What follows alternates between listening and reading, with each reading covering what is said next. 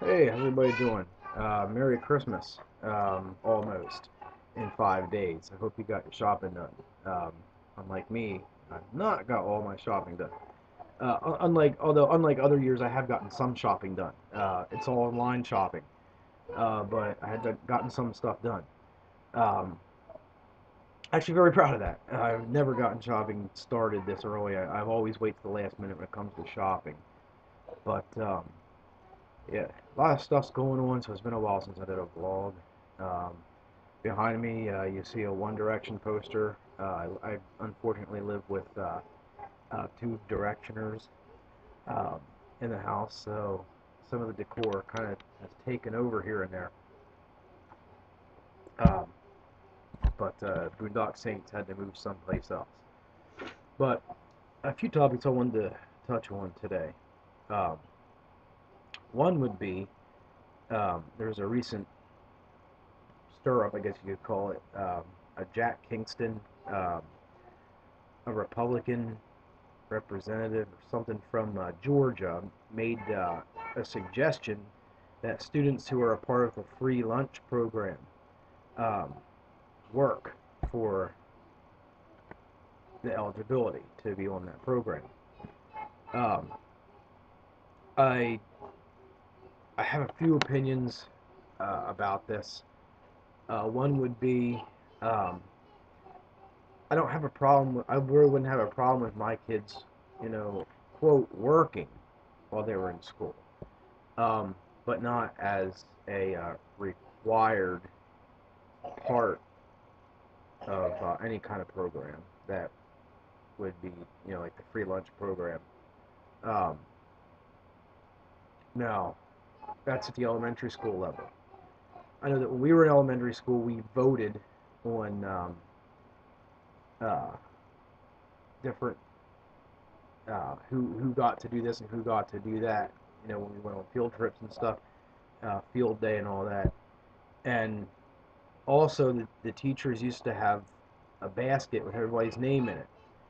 And every month, they would draw a name out for each specific job that would be involved in the classroom. One would be somebody would be the designated plant waterer.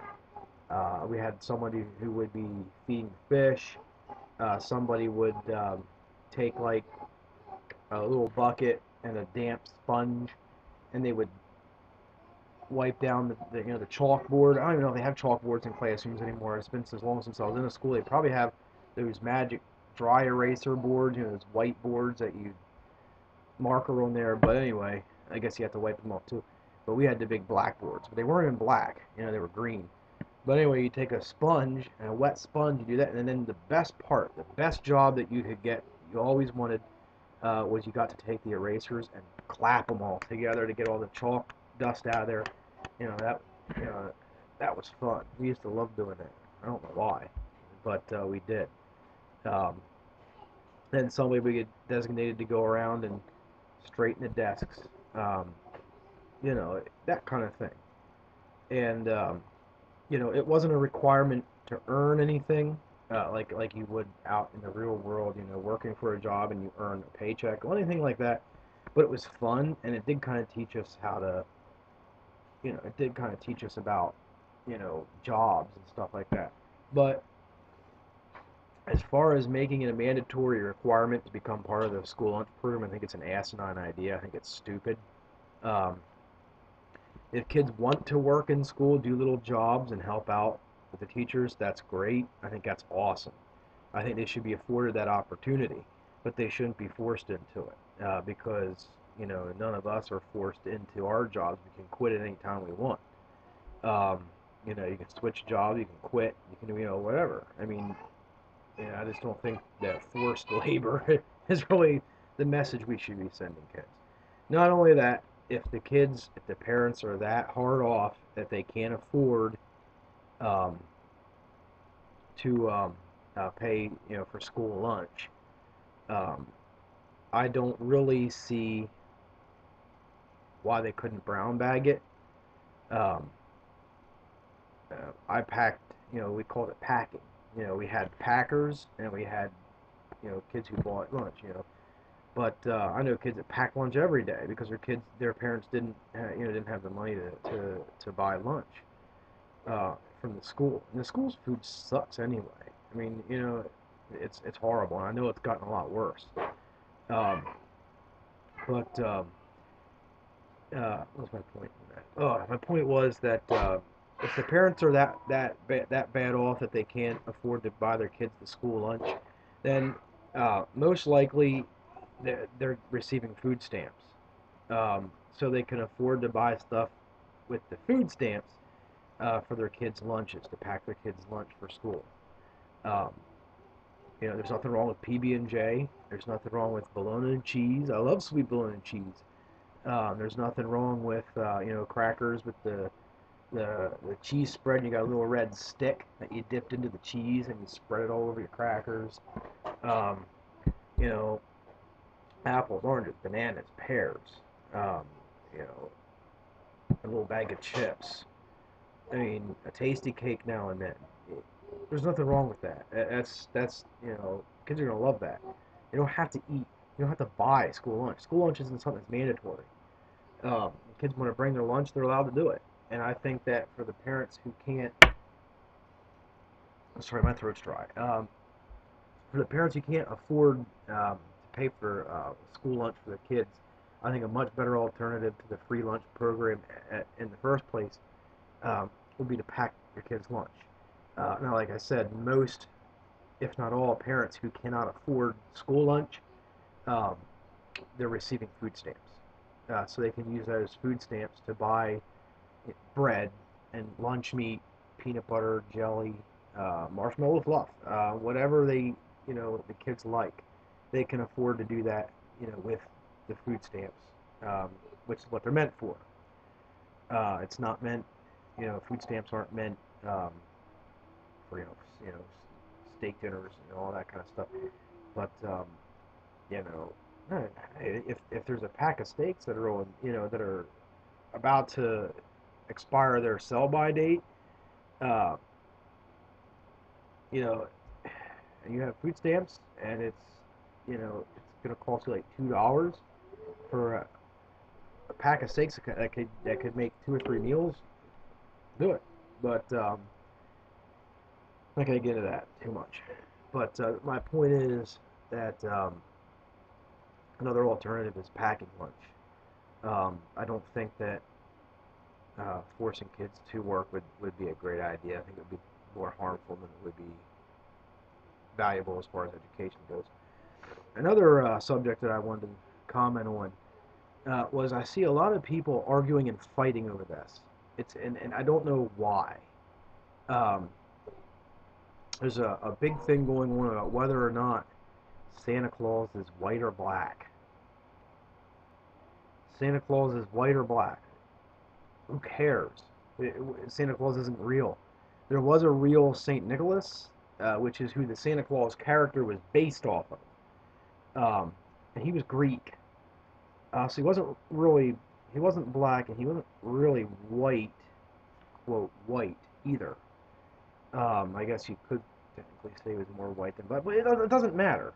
The whole point is that I think Santa Claus, I'm pretty sure that the story that I remember, Santa Claus delivers toys to all little boys and girls.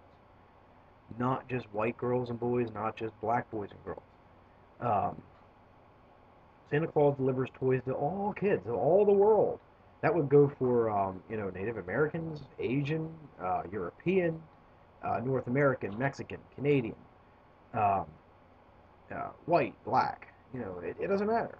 Santa Claus is he delivers toys to all the little kids in the world. And the same thing about race. Race isn't even specified. So in the end of the day, what does it really matter if Santa Claus is white or black? And there's also kind of a thing going on about Jesus Christ. Excuse me. There are people out there that are claiming that Jesus. Well, what if Jesus was black? And everybody sits there like, oh yeah, let's talk about this. Like they're really sticking to the issues. Like this is a really thoughtful discussion that they're having. Um, yeah, maybe Jesus was black. Maybe we've been, you know, we've been racist, in the past. Our ancestors were racist toward black people. That means we were racist toward Jesus. Well, um, I hate to really burst anybody's bubble. Uh, Jesus Christ was not black. Jesus Christ was not white. Um, Jesus Christ, uh, Jesus Christ had olive skin, uh, just like everybody else who's native to the Middle East has. He had, and everybody, these pictures, he has, white skin. He has hair that's really long, um, and that's just absolutely not culturally true as well. Um, Christ would have had short cropped hair. It would have been close cropped to his head. It would have been short hair. Um, uh, Sorry to ruin everybody's little fantasy, but and there again, Jesus Christ died for people of all colors, all races. Um, you know, Jesus Christ died for, he lived, he died, and rose for everybody. Um, it doesn't matter what you're, so at the end of the day, does it really matter what color was Jesus Christ's skin?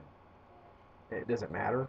Um, so I think that people are kind of, looking for something to complain about, especially certain groups are looking for something to complain about. Um, like Phil Robertson quoting the Bible because that's what he believes. Quoting the Bible and part of what he said um, does not support the homosexual lifestyle. Um, so A&E banned him because of that. Well, excuse me, is this the same network that shows rodeo cowgirls half naked on all over the place? Uh, and how many times do we watch somebody get murdered? How many times do we watch a portrayal of somebody being raped? How many of these shows portray child molestation?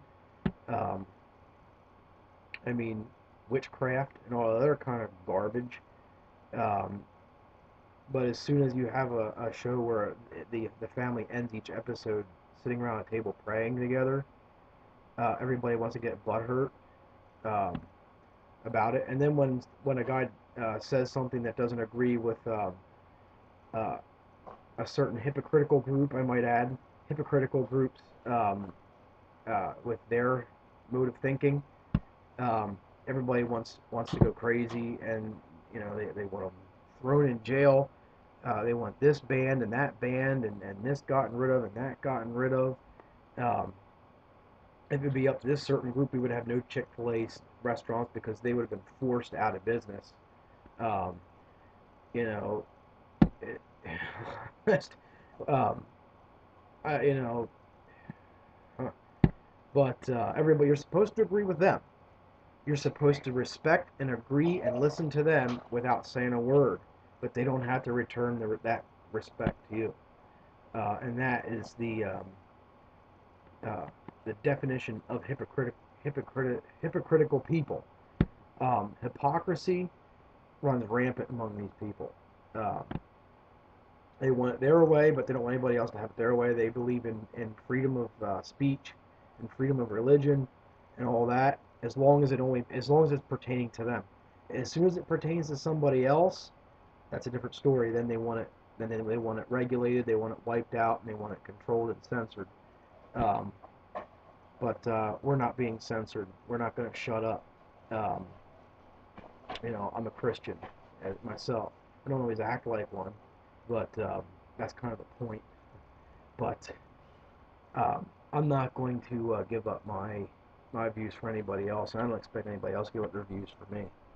So, uh, and there's going to be people are going to bitch at me for what I just said on here. I'm going to have a lot of comments down here. There's going to be a lot of bitching, um, and hopefully I'll have a few at least support me. What I'm saying. I mean, I think most people really do get it, but there's just a few groups out there who don't. So I'll be back. I have a little more stuff to do here, but I'll be back.